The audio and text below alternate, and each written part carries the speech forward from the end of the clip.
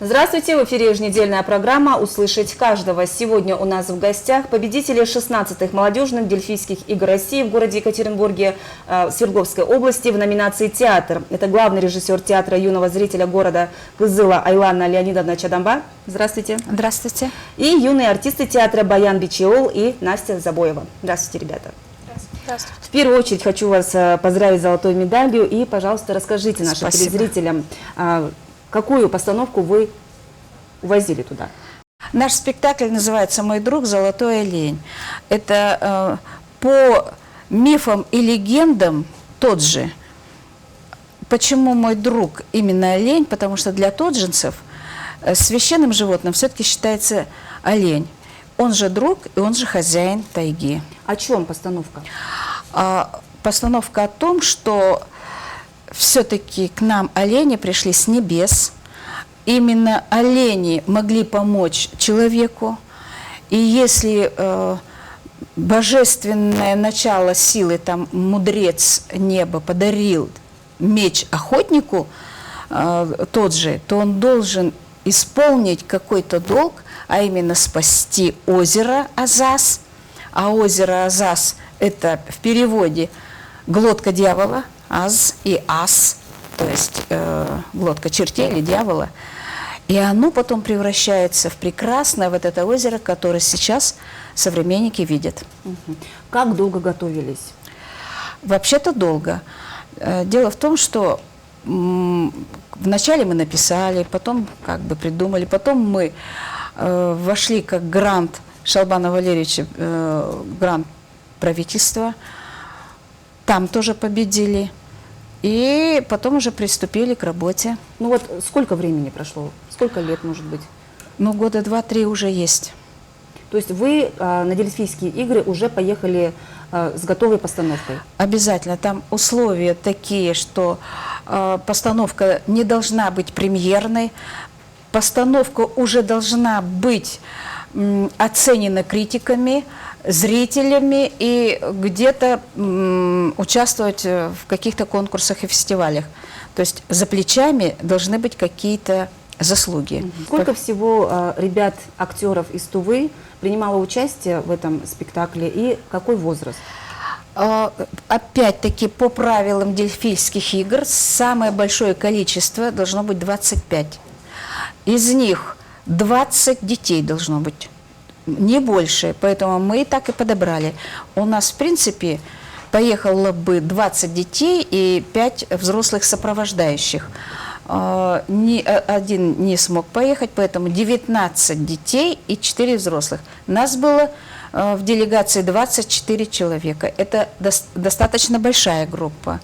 Теперь хочу задать вам, молодым юным актерам, какую роль вы играли в постановке «Мой друг олень»? Я играл полузайца, получеловека. Это как? Лунный зайчик. Да. Долго готовился? Да. Ну, непосредственно, одно дело с коллективом репетировать, другое дело у себя дома. Как ты вообще это делал? Сколько времени у тебя занимало в день? Там нужно было танец учить. Он был так слегка сложный. Где приходилось тебе репетировать? Может быть, в школе? Нет. Дома? Нет, я в тете только репетировал. Сколько лет ты занимаешься в театре юного зрителя? 2 года хожу. Как ты пришел туда? Может быть, кто-то привел? Мама привела. У меня была сломанная рука. Я боялся выступать в школе, там пересказы, стихи. Поэтому я получала 2. Меня мама привела в ТЮШ, чтобы я начал нормально там учить все.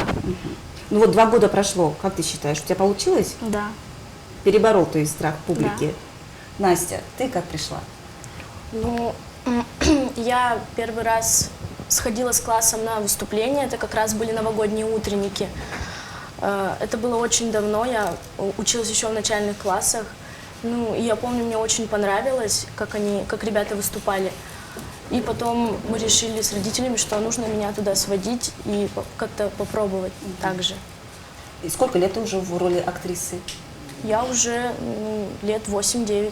На Дельфийских играх какая роль у тебя была? На Дельфийских играх у меня была роль духа тайги, духа дерева как-то и роль лотоса, как бы птица.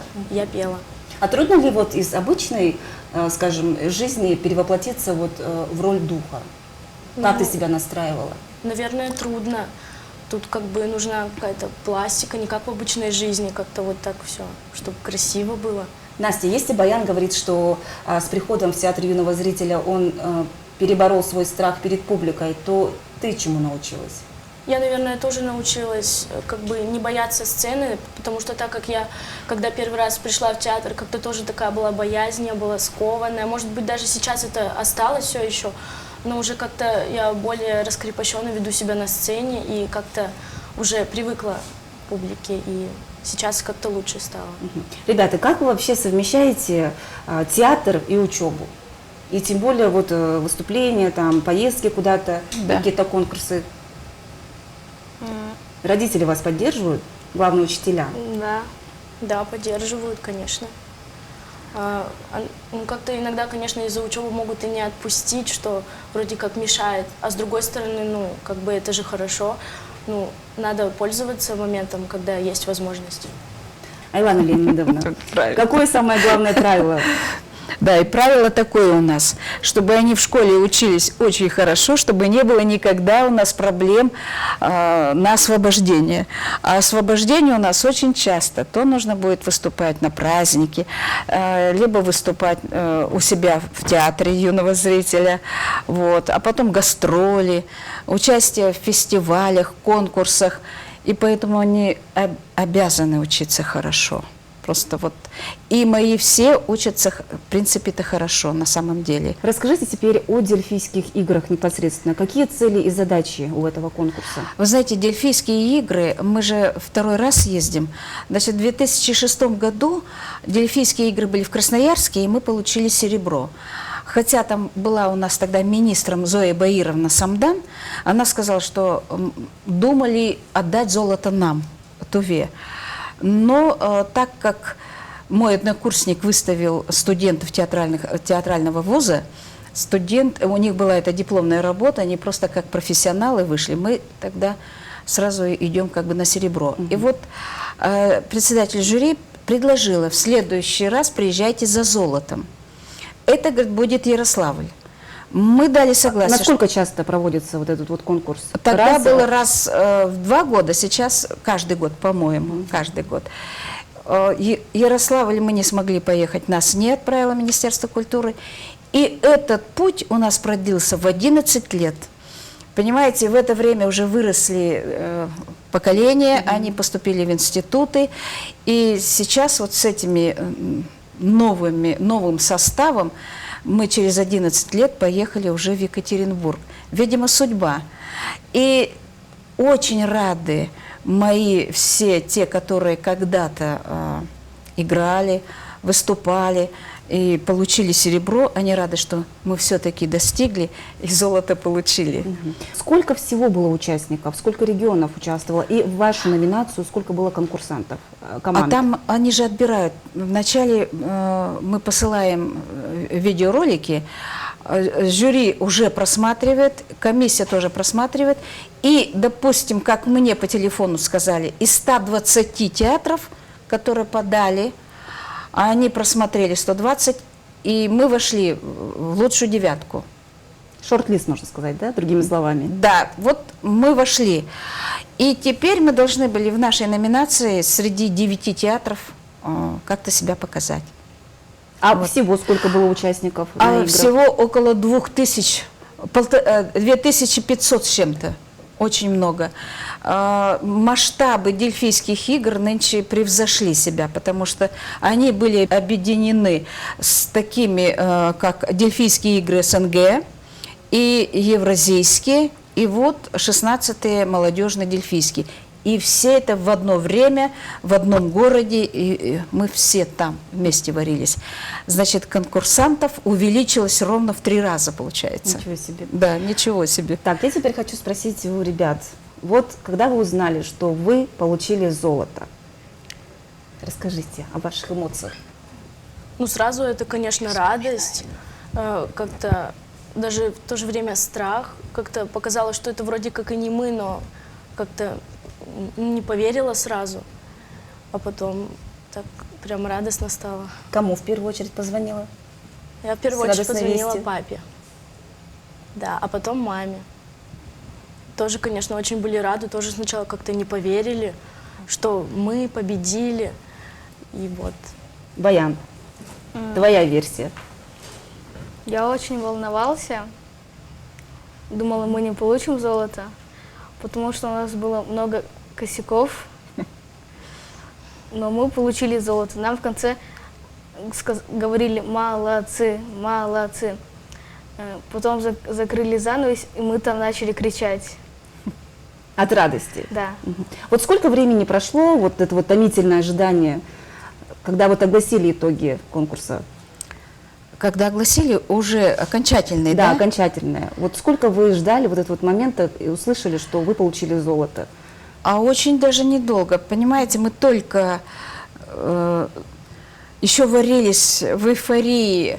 Как мне дети сказали, что даже жюри встали, а такого не было, мы смотрели другие коллективы, и именно жюри встали, и они аплодировали детям, и прямо кричали «Браво, молодцы, дети!».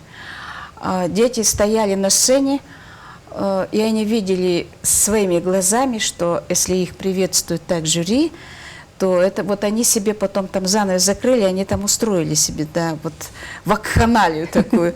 И после этого прошло, по-моему, 20 или 30 минут, уже позвали нас в зал. Наши девочки оделись уже, соответственно, красиво. Так Ну, то есть костюмы сняли? Да, костюмы сняли и надели костюмы, которые нам дали на прокат гимназия номер 5. Они тоже театральная школа, поэтому они прекрасно знают, что нужно помочь. Так что частицу нашего золота делим с ними. Они нам очень помогли тем, что мы нарядно оделись и сказали, настоящие костюмы тувинские вот такие, да, а это тоджинские с мехом. Сегодня вы пришли не с пустыми руками. Пожалуйста, расскажите, что именно и за что получили? Да, вот знаете, это вот были 5-е Дельфийские игры, и посмотрите, вот какое удостоверение от личности, это вот в 2005 году, серебро, такое очень оформление красивое, все. И тут вот монетный дворик, все это, как скажем, вот эти все цифры, числа, все это обозначено, так что удостоверение не должно потеряться в этой массе всяких удостоверений. А вот тут вот уже современное, вот видите, золото. Вот. Одни говорят, что золото вот это красивое, а мне кажется, как бы даже серебро. Не знаю, как кому. Но во всяком случае, золото, конечно, для нас это большая победа.